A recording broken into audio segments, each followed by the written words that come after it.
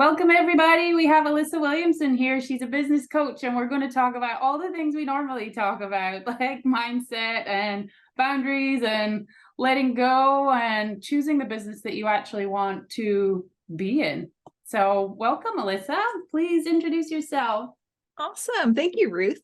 So we were just chatting and it was just so fun to go over some of these topics already. So I'm a two-time business founder of I've been a business owner for 14 years. My first was a graphic design and marketing business. And now I'm a business coach, pretty much helping all of the women that I used to be that made all the mistakes, the high achievers, the high performers. So I help women who have built a business, have gotten successful, and they've sort of backed themselves into a corner where like their business runs their lives. It could be because of the certain income, the way they've built their business. And so I come in and help them with mindset, business strategy, marketing systems, and habits to create more income, but by working less. And it's really about the lifestyle. And that's what I love helping other businesswomen do. Awesome. So one of our topics was like, be careful what you wish for. And we both experienced that. I came from the corporate world and I knew I could build this business. And that's what I did there pretty much. I set up a department on Southern California. But when I got into this business, I got to the place where I was just super resistant to doing that. I couldn't feel my way into it, even though I knew I could. This is the business I bought. I know this is how you take it there. It needed a sales team. It needed a manager. And I was just like, no. So let's talk about be careful what you wish for, because you were actually got to that stage where you had this crazy business and the big team and everything. So tell us about that and the transition.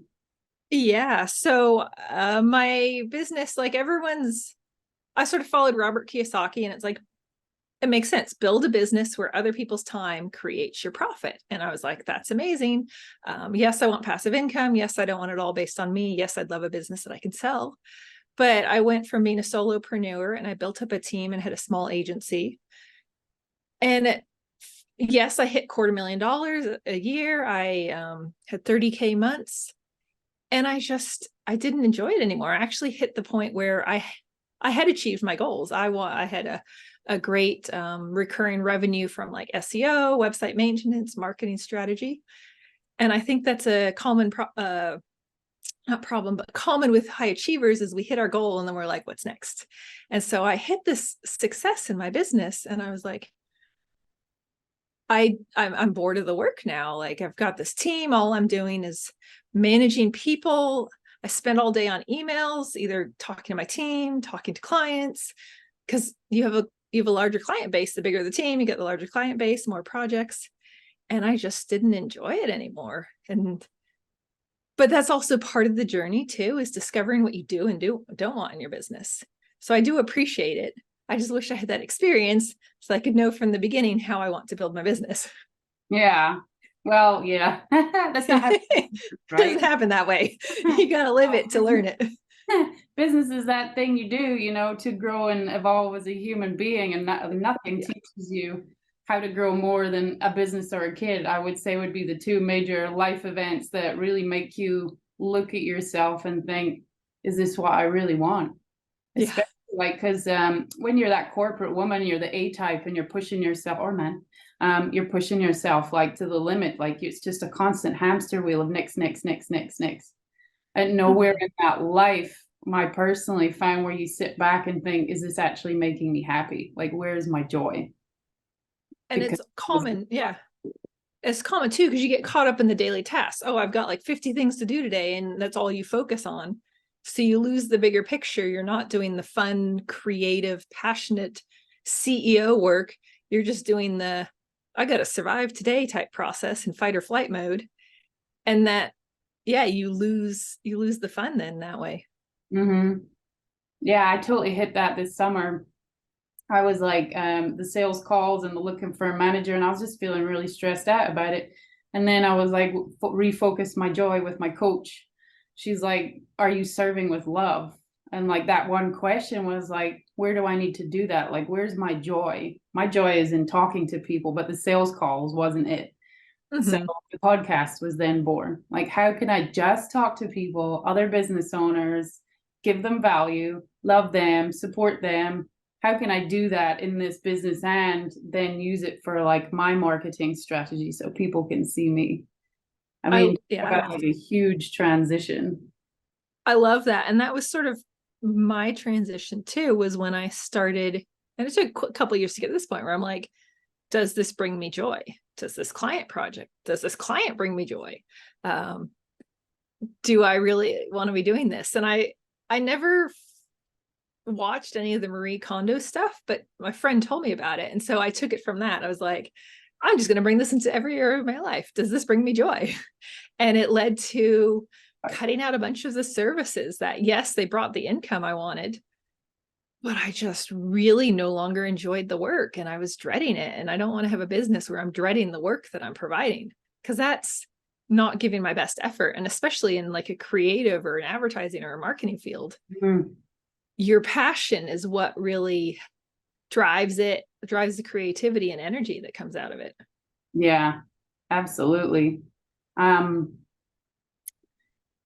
I could feel a total difference. Like we were talking about niching as well and the importance of niching. And I think people try and pick what they think will be the best.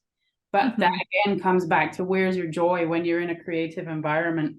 When I look at the clients that I really enjoy creating for, it was the spiritual style clients, my psychics, my entrepreneurs in that vein. Just everything about that was just pure joy, whereas the other ones felt more like work. So that's where my transition came in, and I finally realized that's where I wanted to niche. And then the whole thing, I was like, redo the website, redo the words, redo the ads, redo everything, the marketing. Yeah. So now we're talking about like spiritual stuff a lot. And some of my guests are like, oh, marketing, I don't know if I can talk about that. And I'm like, well, can you talk about mindset or, Yeah. your divine feminine or something like that, and they kind of get confused, and I'm like, no, this is important stuff. Like this inner work is 80% of making the business that you love flourish. Yeah, and I love that too. And so that's why, like, when I developed the way I coach, it was everything that I learned as a business owner hands-on, and it was a combination of things. It is mindset. Like we were talking about, I'm from a generation of 2 immigrants. So I had this belief, oh, if I work really hard, I'll be successful. So yeah, I hit 10K months my second year in business, working 80-hour weeks. And so I lived it. I was working really hard and I hit my goals and I was successful, but I didn't feel successful. And so I had to do a lot of mindset work there on being able to receive money with ease and confidence and listening to my intuition in business. But then also the things I could have done better were business strategy and marketing strategy and niching and pricing. And I had no one to support me with that. And that's why I love, like, I sort of see it as 3 areas. I help clients with mindset and intuition, business strategy, marketing and pricing, and then high performance habits, because you can't really grow without but like tweaking, improving all areas. Yeah, you're right. And I find like if you start with the mindset, or if you have a money block or something like that, then the other stuff starts to flow, because you naturally think, oh, this verbiage that I have on my website no longer aligns with this new spiritual, or however you want to attract it.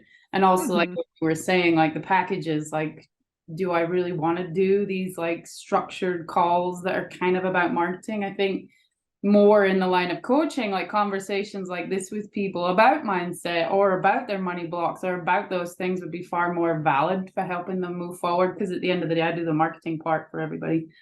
So what they need to do is then find the heart and the soul and the real message, because that's what is going to attract those ideal buyers in the beginning. Yeah. And it makes the difference. And I was in that place too, because I would do whole marketing funnels for clients. And sometimes they wouldn't even use it. Like I would build it for them. I had one lady, she's like, oh, it's probably going to take a year. I know it's a year out. I had it built for her in a month and a half, but she still hadn't used it the last time I talked to her afterwards. And I was like, I feel so trapped. I built this for you. It works, but I can't make you use it. And that was that mindset piece that sometimes people resist, even if you do the actual implementation for them. It's getting into the mindset work. And that's part of, I sort of look at it as back when I was a designer, I was working to improve the business to make the business owner's lives better. And now as a business coach, I get to work with the business owner, change everything about how they show up, and then their business flourishes from it. What do you think held her back? Do you see like a common theme with the A-typey kind of people that you work with? It was definitely fear. She had clients. Her product was unique, and there was a demand. People were asking, when are you going to launch this? Because it was a certification that she had. When are you going to launch this? But there was some sort of fear of either maybe showing up or having this unique system, or it could have been fear of receiving money. Some people, there's fears of accepting money. There's sort of like, you may make a ton of money, but at the end of the month, there's still no money because you don't feel safe holding on to it. So discovering things like that. And a lot of my clients, we actually, even though I'm a business coach, we delve into a lot of things in their personal life, because especially women, everything's connected. And if a relationship isn't going well, or there's fear or trauma or blocked here, it prevents you from showing up in your business to your fullest. Yeah. Oh, absolutely. That's what ended my marriage. No, I mean, it was going to end, but it was the business. And then because it wasn't working and I knew it totally could, and tons of people were making a great success at this model, I was like, I had to introspect, and I was like, what's going on with me? And it was all that. It was the personal situation. I was just so blocked and so crushed where I was, and it just wasn't, I couldn't flourish. So the business couldn't flourish. Yeah. You weren't probably being your best self. You weren't living. So yeah, it just blocked everything. Oh, I totally. It's that awareness too. So it's awesome that you realize that. Yeah. And I don't think people take that into account. Like, we're not taught to introspect when we're stuck. We're taught to blame. So people look for external things like, why isn't the business working? Why aren't my ads working? And I work with that. Like, the ads are doing great, but the next part, the sales part, or the copy, or, well, you know how it goes, Yeah. super easy to get going, and everybody thinks they're the big dilemma. It's like, no, I can have them dialed in a week. There we need to really focus on the stuff that really matters, like that copy, your sales process, like how are you showing up, especially with coaches, how are you online, like your process there. It's like a web of catching them, but a lot of people won't introspect that way. Do you find that? I mean, obviously you work with people that want to, but is there some resistance around that? And what would you suggest for moving forward with that area stuff? That's a great question. My clients, so I now learn how to filter out clients to know that they're a good fit. So I like, they're checking in on an introductory call. They're checking me out to see if I'm a good fit, but I'm also checking them out to see if they're a good fit. And that's what I sort of mastered in my design business. After a couple of mistakes, like you have to learn from the experiences. I took on some clients that I shouldn't have, had a couple terrible client experiences, but then I learned from that. And so I learned to ask, like, have you tried to fix this before? What have you done? Just getting their background on what's happening. Because one time I was the third web designer this lady had, and I didn't know it at the time. And it just blew up in my face, and like, she became really nasty and terrible. And then I found out later on that I was the third web designer she'd gone through. If I'd known that and understood what that meant at the time, I could have prevented taking on clients like that. For people who have blocks and resistances that sometimes it's a little bit harder, you don't really know, but just being able to address them. Hey, I've built this for you. Like, it's sort of building a deeper relationship with your clients, I would say. Being able to have that conversation. I built this for you, and I noticed you're not using it, or I noticed that whenever we do this, it takes a couple weeks to hear back from you. Is there some resistance coming up? And just ask curiously, but have that deeper relationship and that deeper conversation with your client if you notice something's coming up that they're resisting. How would the client do it with themselves? Because a lot of the time people don't realize they're resisting. I'm very aware of it. Like, I've started tuning into my body a lot more, but even before that, I figured out, probably from some coaching way back, if I'm feeling resistance, it's because I don't want to do it. is pretty, it's like the long and short of it, you know, and I could dig into that and get deep Yeah. to find out the why. But I mean, essentially, whenever I feel that resistance, it's like, yeah, you don't want to do that. So figure out what you do want to do. Yeah, it depends. It's like you can't make someone want to fix themselves, so they have to want to have that awareness anyway. So it is a certain type of person that is already being like, oh, I've noticed that. Hey, I paid for this thing and it hasn't happened yet. Oh, I let myself get too busy and I let things slide. They have to have that. You have to have an awareness. And to have that awareness, you have to first want to have that awareness. Mm. And that's where sometimes it's helpful if like the service provider, like you, or like I used to be, can just trigger some questions. So sometimes people don't even notice it in themselves. Yeah. It's very hard to notice in yourself. But if someone outside can ask a question, maybe you brainstorm as a client, you brainstorm with a friend or another business owner, and you start asking deeper questions of each other like that as well. Mm-hmm. It's just going deeper. Like, hey, I noticed you said you're going to have this marketing funnel or you're going to do these ads. What happened? What's going on with those? Why did you do that? Why did you stop them? Or why wasn't it working? Or like that sort of, those sort of questions. I think it does require having someone else to talk to, because you won't always move forward in your own awareness unless you're at that level of awareness. Right. Yeah, I have a client, and bless his heart, he's such an overthinker and a perfectionist.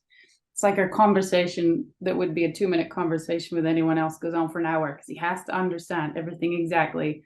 And then he overthinks it for like 3 weeks trying to implement it. And I'm like, are we going to do this? And then once he does it, you know, like the ads start, like the price drop. That's how it works. And I'm like, if we did this every week and you just, you know, went for it, my dear, we would have dropped quicker into the price range we wanted to be in.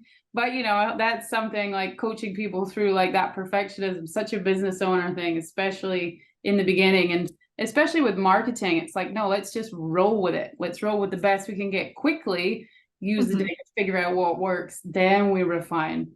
And it's been what, 3 months of coaching him through that slowly. We're still, you know, every week is this, you know, it's this very small matter. So, you know, everyone's going to have their own thing. Yeah, I had a client like that where we did SEO for him. And every time we met, I was like, I'm a marketing therapist. Like every time I met, I had to re-explain why we were doing, what was happening, why it was important. And just the reassuring process. And it's like, I'm very much, I want to have my clients know what was going on.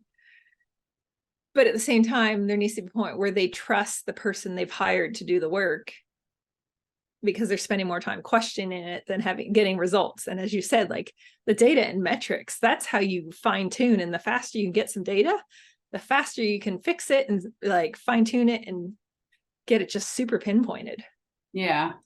And that's like, again, as a business owner, you go through these learning curves. For me, it was like, would you just trust me? You know, my inner, I was getting so offended. I was like, would you just trust me? And now at this point, I'm like, I'm ready for my 1.5-hour conversation of how this works that you'll forget in a week. It's like, I'm not taking it personal anymore. It's just the way he is. It makes him feel comfortable. And it's just the way he processes stuff to get into his, you know, into his mind. So he feels comfortable to take the action he needs. Yeah. Definitely. The best. He coached me to be more patient and just go with the flow as I coach him on, you know, trying to learn to be a marketer, essentially. Yeah. The best piece or the best quote I heard is imperfect action is better than perfect inaction. And I had to like sometimes just be like, you know what, 80% done, just get it out there. Like it is important to be fine-tuned, to focus, to have it done properly, but you don't want to just drag it out trying to be perfect. If you can have most of it done and start getting feedback, do that. Yeah. Because that's the thought. I said to him, like, okay, so here, imagine if you do take 3 more months to make this thing the most perfect thing ever, and we launch and they don't like it, then what? Are we going to take another 3 months And he's like, you have a point. I was like, I know I have a point. Like, you can't launch with something crunchy, and the crunchy stuff works. I mean, I know, well, you know, $1 million funnels that are a white page with 2 paragraphs on and an email. Yeah. It doesn't have to be perfect or fancy. You know, if it just works, it works. Yep. Just getting the people through it and it's more about the upfront information. As long as you know your client, as long as you know the message that they're listening for. That's what I love about marketing and psychology. I know some people are like, oh, marketing is about tricking people into things. And to me, it's like, I get to get into a person's brain and understand them so that I can help develop the perfect solution to what they need and then share it with them. It's not, hey, I'm trying to convince someone to get this product because I want to sell it. It's, how can I solve their problem the best of anyone out there, and then let them know that I'm the best to do it. Yeah. And that should be the way it is all the time, but you still see these old gimmicky. I mean, on my business, the original ad it was set up with was kind of gimmicky. And I was like, that's why I wasn't, after a couple of months, it brought me clients, but I was like, oh, this is it. I didn't like it at all. And now it's about like, who am I serving? Who am I truly serving? What do they want to hear? Attraction marketing over gimmicky marketing. Yeah. And you can people come to me a month and go, "Ooh, I saw your podcast. This is for me." Then spend 30 hours a week on calls with people who thought or didn't know what they were getting, you know, when they came through it. So I made mine much more authentic now. It's like they have a qualification before they can even talk to me. I'm like, I don't even want to talk to you. Message me on Facebook if you want, but I don't want to talk to you unless like you know 100% how much I cost, what's going to happen. You get the proposal, all that stuff. It's all dialed in now. You don't even, and then once you've read it all and looked at it, if you're ready, let's go. Yeah. Yeah. It's sort of that pre-qualifying part. And you also get the feedback. If you're getting the wrong types of clients, then you know the messaging isn't right as well. And so you can use that. But yeah, I'm the same. Like I noticed it, especially because I got married this year. I noticed it wedding shopping, like looking at photographers and venues. It was just so much easier if someone listed their price ahead of time. And then I could be like, okay, I understand. And then when I talked to them, I was already prepared. I wasn't trying to figure out, okay, is this going to be on the low end? Is this the high end? I have no idea where they are. It just, that clarity ahead of time gives, like, it elevates your client too. They get to make the decision and then come talk to you and they trust you already. Yeah. Because I noticed with my drip feed, like even the clients I did convert, I think maybe only 1 or 2 of them straight off a call, but the other ones went through my drip feed anyway and were like, "Ooh, I watched all your videos. Now I'm ready." You know, they came from the internet, never seen anything on my social media or anywhere like that. And it was the drip feed that sold them. So that's where the spark of inspiration came. Because I didn't think much of my drip feed. I just kind of threw it together, some like fun shenanigans about marketing. There's only 5 of them in there at this point. But I was like, wow, if like my 5 quick shenanigans can convert clients, why don't I just send clients everything they need, send them down there, and then they can come to me, and I don't have to do 30 hours of calls a week. I could just do podcasts instead and have a really good time and enjoy myself and be educating still too. Yeah. Putting out educational content, and there's a link on there that they can start down that path if they want to. Totally different vibe. And one of my guests told me it was attraction marketing, it was called. And I was always like, I need to look into that attraction marketing stuff and figure it out. And apparently you just do it naturally because you feel that, you know, as a marketer, you're like, this is the way to go. This is what I like to see online. This is what draws me in. Yeah. And it's having just enough that the people can get to know you, like build your personality. They know enough that when they meet you on a call, they're ready. That's what I consider marketing, is that you're prepping someone so that when they show up, it's how can I work with you? Not, oh, I'm still deciding. I'm getting quotes from multiple people. Like at the end of my design business, I was just like, you either know you want to work with me or I'm not the right fit. Like, I'm not going to be price shopped. I'm not like, you either know I'm the right one, I can do this for you. You feel that connection, you trust your intuition, whatever it is, or not. And that's how I feel in my business coaching too, is clients know I'm the right fit. And I've had some people just out of the blue be like, hey, I need a coach. let's talk. And then there's the ones that are like, people don't comment on social media. So you never really know. It's the lurkers that suddenly one day they're like, I need to work with you. And then they just reach out and they're ready. And they're like, I need to work with you. Let's get started now. But they've been in your space. They've been either they saw some content or saw something in your funnel that made them connect with you rather than just, oh, I'm looking for a business coach and I'm comparing people. Mm-hmm. Yeah, I've noticed a huge difference of doing this podcast and just putting stuff out there regularly with my face. Whole big difference. I mean, I hated social media. And again, like social media ads and social media are very different because people are like, what? So I couldn't stand it. So I was just putting out these horrible posts and not really thinking through it just to help the algorithm know that I was active because it helps your ads. So I really focus on it. Now I'm like really enjoying myself doing what I'm doing and just posting that on all my social media. The video counts are insane. For a brand new podcast, like people have been going years and aren't getting like 200-300 hits in a day or two. That's awesome. Yeah, it's authenticity too. Yeah, we're in the right direction. That's for sure. Yeah, and that was it. Like, how do you be authentic? How do you show up as your authentic self was like a question I was asking. It's like I need to talk to people.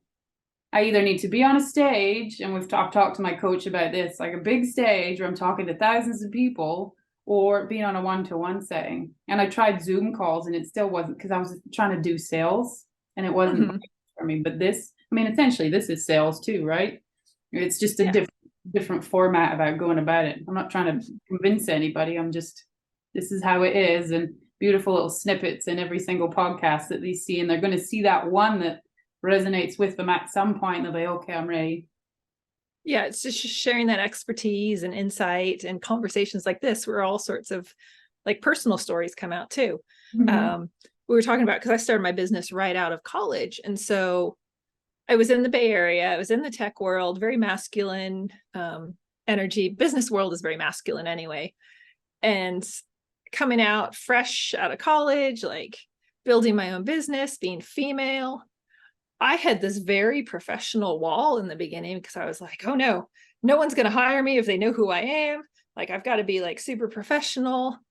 And it took a couple of years. And then I would start like opening up. It was social media. I had a personal and a business account for Facebook, even though they don't like that in the beginning.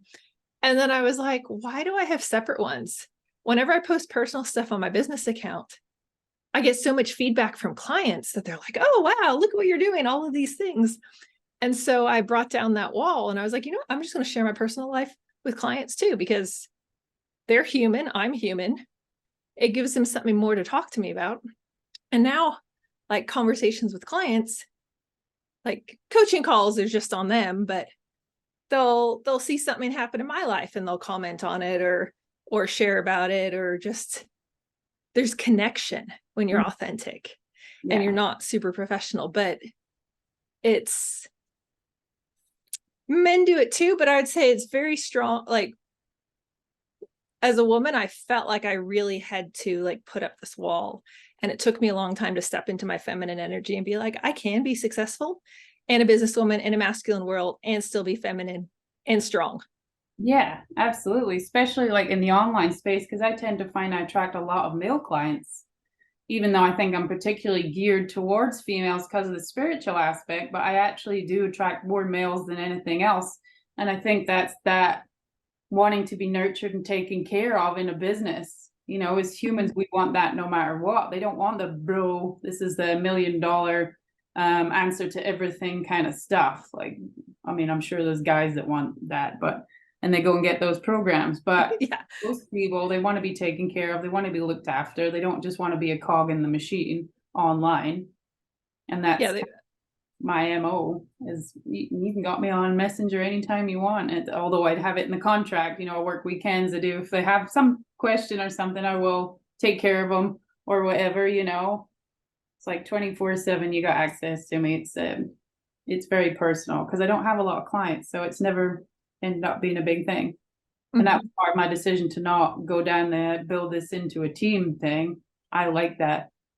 And that's where I want to be for them right now. And this is marketing, it might end up being something totally different, totally online. Who knows?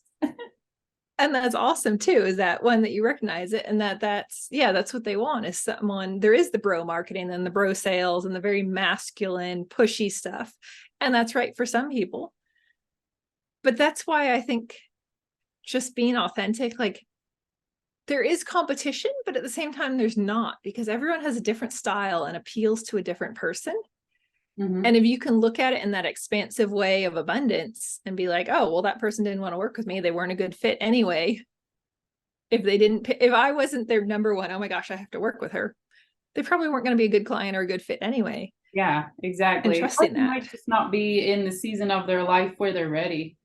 Like, yeah, especially with the old marketing style I had a lot of great business owners with a lot of heart and a lot of passion, but they just weren't prepped to be business owners yet. They hadn't prepared the funds. They had no idea about marketing. They had a conversation with me. That conversation gave them so much information that maybe in a year they'll come back and be like, oh, hey, now I'm ready. Now I've prepared the marketing budget and I've sorted out these things in my business that weren't prepared back then. That's marketing. yeah, Might just not be in their season for you yet as well. yep. It's time. Sometimes it's timing, sometimes it's certain need, and it really is just trusting the client too. I've had sales calls where we chatted, and a year later or a couple of months later, they're like, I'm ready now. And I never push. I'm going to be like, hey, I'm ready. Like, here, you can start now. When do you want to start? What does it look like? But I'm not pushy. I'm just offering it to them. Yeah. And then they come back. So they trust me to know that I'm the right one. And they just had to wait for their own timing. Yeah. Yeah. And that's the way it should be. Yeah. Because if you push someone into it, yeah, especially with coaching, if I push someone into coaching, oh yeah, it's going to be an uphill battle the whole way. And I don't want that. I want a business I enjoy with clients that love working with me, that choose it when it's the right time for them. Mm-hmm. What's your marketing strategy? What works really good for you? One of the things I love doing is free masterclasses or free trainings, because coaching is a very personal thing. And so this year was a crazy year. I got married, traveled, actually got pregnant. So I was dealing with the first trimester and stuff. So I took a bit of a pause and just gave myself grace and space. And then I was like, the thing I miss most is those free trainings, because that's how people connect with me. And that's how I've gotten most of my clients, is they want to know what I can provide as a coach, because it's very unknown. There's so many different types of coaches. And so experiencing just even an hour with me or a half hour, I've started doing smaller trainings over a couple of days in my Facebook group, because it's more bite-sized, it's more manageable. They can watch it on their own time. They complete some things, and then they understand, oh, if this works so well, imagine what I can do with her, working with her over 6 months. So I really do enjoy that, because they get a taste of me. I get to give some value. Even if they decide not to work with me, they get to walk away with a new strategy that maybe they didn't have beforehand. Yeah. And like you say, it might be another year or whatever before they're ready to come back and be in that space to go for it and actually like take up your services, especially with coaching. That's a long burn. I think we've talked about it before in other podcasts, but that's probably one of the longest burn industries for and it's find you and then be ready to convert. And it's funny, because like the coaches I've worked with, sometimes it's like I've seen their stuff and been instantaneous. Okay, I'm ready to go. And others, my latest coach I'm working with, I don't know when I started following her. And then just one day, something she said popped up in my feed. And I was like, ooh, I need to work with you. But I could have been following her for a year. I have no idea when I first started following her, but just something, the timing was right. Yeah. The divine timing. Yep. I totally get that. It was like I was ready to take action. Whatever she was saying was speaking to me in that moment. And like then I made the decision. And that's what I love, is working with those who make fast decisions when they're ready. Yeah. Yeah. And that's what makes you a good business owner. And sometimes I hear that in people's voices, that they can't make those kind of decisions. It's like, oh, you want some coaching to get over whatever that is. Yeah. You have to be able to. I've been really lucky with my coach because it's like every divine timing. Every time I feel like I need some coaching, she'll be like, "Oh, do you want to do a swapsies on this?" And I'll do this bit and you do that bit, and I'll give you like a coaching session. It's like every time I'm like, Awesome. Yeah. period, it just pops up with something, and that's been fabulous. It's been like a really good swap. Well, it shows then that you're like you've got that connection still, that you're on the same wavelength with each other and can still support each other. Because there's a point where, like, that's the whole point, is that you eventually grow. Like, it's sad, but if I could grow a client out of marketing with me because they needed to expand their team, or with coaching too, like if someone gets what they need from me and then can move on, I'd love to keep coaching with them. But when they're ready and they feel complete, that's a win to me, that I've been able to help them through all the things that I could help them with. Oh yeah, absolutely. And it's like you have seasons with that too. Like I've had different coaches for different stuff. Like every time, like, oh, I have this problem, and then find someone. I mean, God, Tony Robbins has been a long burn for me. Like I want to do one a hit. I mean, everyone knows who Tony Robbins is, right? I wanted to walk the fire way back in the day, and I actually didn't, because the salesman was really bad. Because I was a coach at the time, and this is terrible marketing. The Tony Robbins salesman, right? I call him up and I'm like, oh, I'm a life coach, because this was back in my 20s. I wanted to do the fire walk in London. And he started dissing my coaching. He was like, oh, I've never heard of it.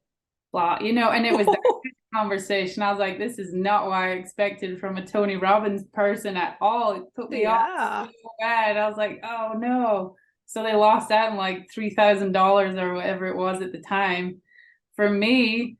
But I was super ready then, but salesmen maybe that was just, you weren't supposed to do it then. It wasn't meant to happen, because and that's that's crazy. And I've done the same thing. Like when I had my first business as a business owner, I would work with different coaches. At that time, again, I was in my 20s. I didn't have the same experience that I do have now in my 30s. And I would come across coaches in networking, and I was like, "Ooh, I need to work with you." It felt right, but it was just a, I guess, physical look, geographical connection. Whereas now, I'm like, okay, I've worked with this coach. I'm not ready for next one, and then I'll be like, okay, I'm ready for a coach now, but I'm not actively looking. I'm just going to see who I come across and when it feels right. Whereas back then it was like, it was proximity and ease, and they were in front of me. Now I'm like, I'm more discerning. Oh, does this feel right? Is this what I need? And then I check, what do I need to get to the next level? And I actually have some requirements when I hire a coach that show me how I want to show up as a coach too. Right. So I won't work with a coach who doesn't do their own sales calls, because the coaches, I've been in a couple different programs, and I've learned from coaching programs I've been in what not to do and what to do. And I've learned that when I joined a coaching program and the coach didn't do the sales call, it didn't always quite match up to what I wanted. Well, that makes total sense if you're working one-on-one with that human being. They would have group programs too. There was one that was in a large group program, and it made me realize I never want to run a large group program, because I didn't feel like I got out of it what it was being charged. So I always want to talk to the coach, because I want them to vet me while I'm vetting them. I don't want to join a program and then find out that it wasn't a good fit for me because their salesperson just wanted to make the commission. Or you want to work with someone who's ethical, especially when it comes to coaching. Well, that makes total sense. And I know, again, that's going to limit my expansion as a coach to not have people on the sales call, but maybe that'll change. Maybe I'll grow to the next level and something will happen and shift that. But I want to have that connection with my clients before they become my clients, and know them, know their business, have that sales call. But I always have personal time. So I do a small group program, but I do 4 or 5 max, so that I always know their business and can always give them customized feedback and customized support. Because I've been in the big box programs where I was a marketer. I knew marketing, and I would try and ask a question, and they'd just be like, go watch this video again on how to do that in marketing. And I'm like, I understand the concept. I want support supplying it to my business and making my marketing and messaging stronger. And it just, they didn't know my business enough to have the time to modify it for me or like tell me how to customize it for me. They're just like, oh, go do this. Yeah.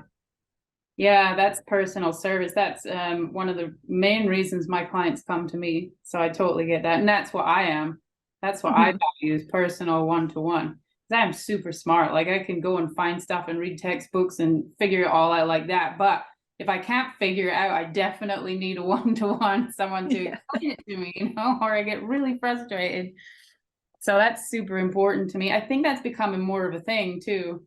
Like people want that connection because we're becoming so much more online. We're becoming so much more disconnected. And you can find information for anything anywhere these days. But and it's not to diss like bigger programs or agencies. I just had to decide what I personally wanted, and I build my thing on what I personally feel is the most powerful. Yeah. For some people, agency is the best route, or that big program is the best route for what they need. But it's just, it comes down to knowing yourself and knowing what you want. Yeah. And that's the name of the game. Yeah. And what you want to achieve out of it too. Yeah. Like having that clarity. Yeah. Oh, wow. This has been an awesome conversation. We got some gems from it today. Do you want to tell our listeners, like, have you got any freebies or anything, or any downloads, or anywhere you want to send them if they want to find your services and book you as a coach? I do. Yeah. The easiest way probably is to go to my website, alyssawilliamson.com. And that's Alyssa, Alyssa. I've got a free training on 3 simple secrets to get to 25K months that really dives into what you need to do when you've got a business and you're ready to evolve to the next level. And then I've also got a free guide for newer business owners on how to live a life of adventure through your business as well, and sort of set that up properly from the beginning. And then social media, I'm always active on Instagram.